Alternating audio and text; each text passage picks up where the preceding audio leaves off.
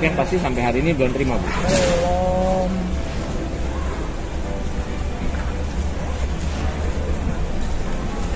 Tahu kapan ini nerimanya? Saya ya belum nerima, belum pergi. Mau pergi kemana? Nggak ada.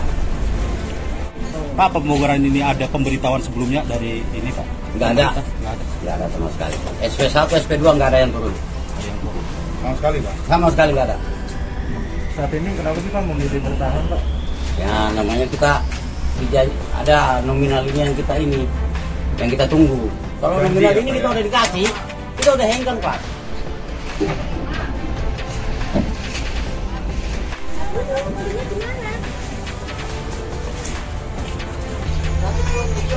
Dan itu waktunya pun itu udah lebih dari 2 minggu sebenarnya itu warga disuruh keluar. Tapi kenapa kok bisa yang belum dapat, yang tiba-tiba begitu di amburadul, begitu dia apa, dirobohkan tanpa ada pemberitahuan gitu.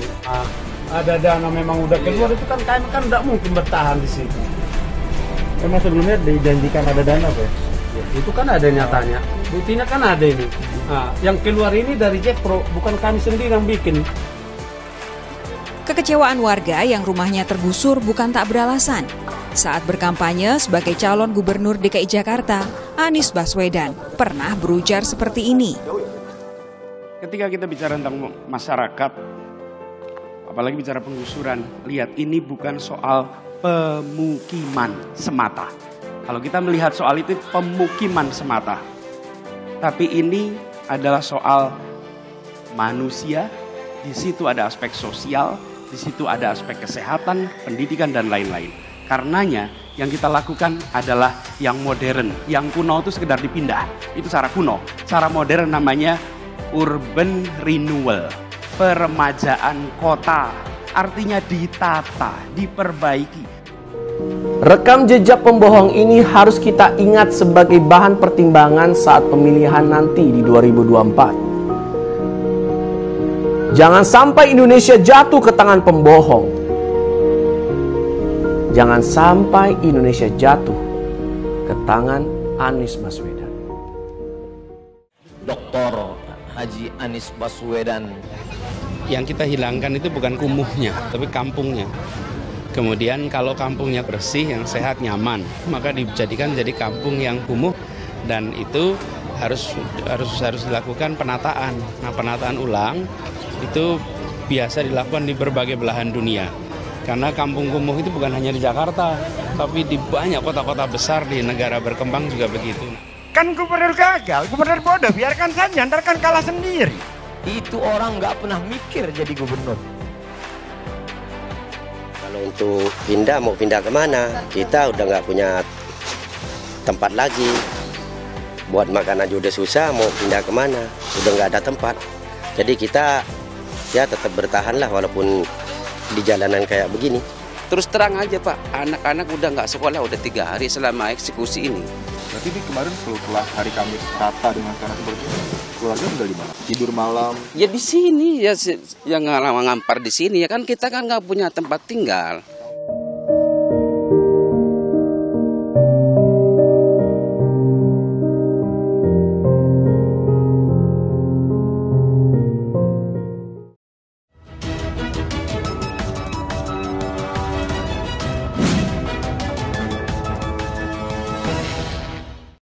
Anies versus Giring.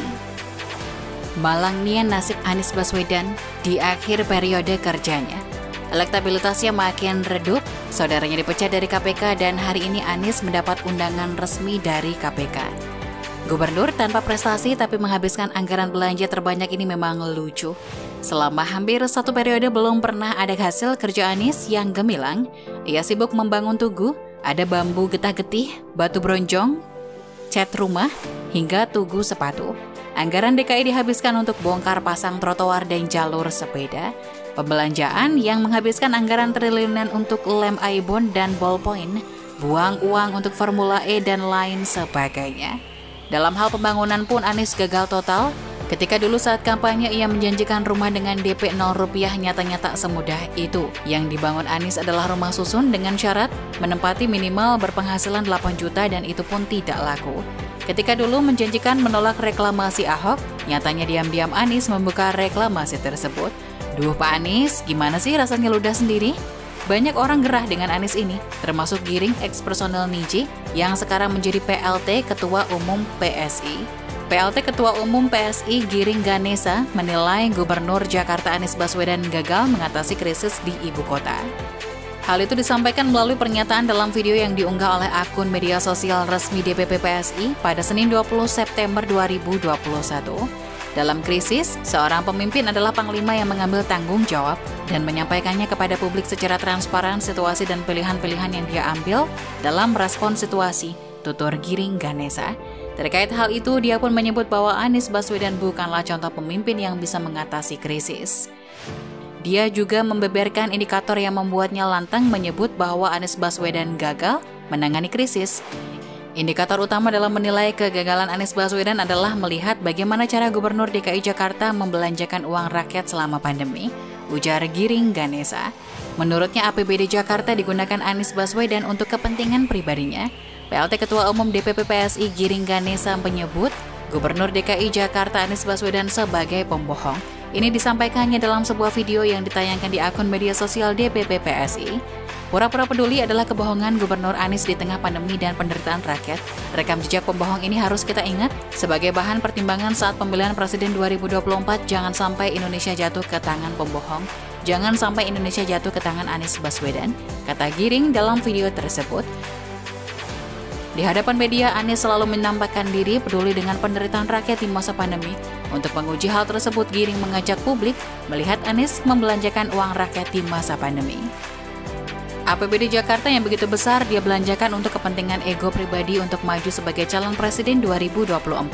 Dia mengabaikan tekanan rakyat yang meminta dia membatalkan rencana balap Formula E dan menggunakan 1 triliun uang rakyat untuk acara tidak berguna itu, kata Giring. Uang muka acara Formula E dibayar Anies pada saat pemerintah secara resmi mengumumkan negara dalam keadaan darurat karena pandemi. Uang sebanyak itu dihabiskan Anies di tengah penderitaan rakyat yang sakit meninggal dunia dan hidupnya susah karena pandemi. Uang 1 triliun dia keluarkan, padahal rakyat terlantar tidak bisa masuk rumah sakit yang penuh, rakyat kesulitan makan karena kehilangan pekerjaan, ujar Giring. Ironisnya di tengah semua penderitaan rakyat, Anies mengatakan menyerah, tidak bisa mengatasi situasi. Dia mengaku tidak punya dana untuk mengatasi COVID-19 dan meminta pemerintah pusat mengambil alih penanganan COVID-19 di Jakarta. Saya percaya kejujuran adalah resep penting untuk keluar dari krisis. Situasi genting akibat pandemi ini memerlukan keterbukaan dan transparansi. Karena hanya dengan itu kita bisa mengidentifikasi masalah dengan benar dan mencari jalan keluar dari krisis, kata Giring. Dalam situasi krisis, seorang pemimpin sejati harus berupaya keras mungkin untuk menyelamatkan rakyat, menyelamatkan kepentingan yang lebih besar.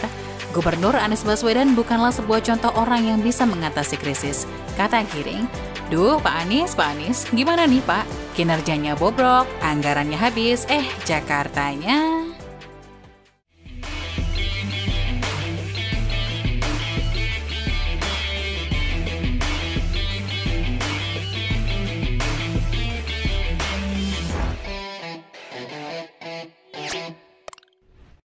Jangan lupa untuk subscribe dan nyalakan lonceng notifikasinya.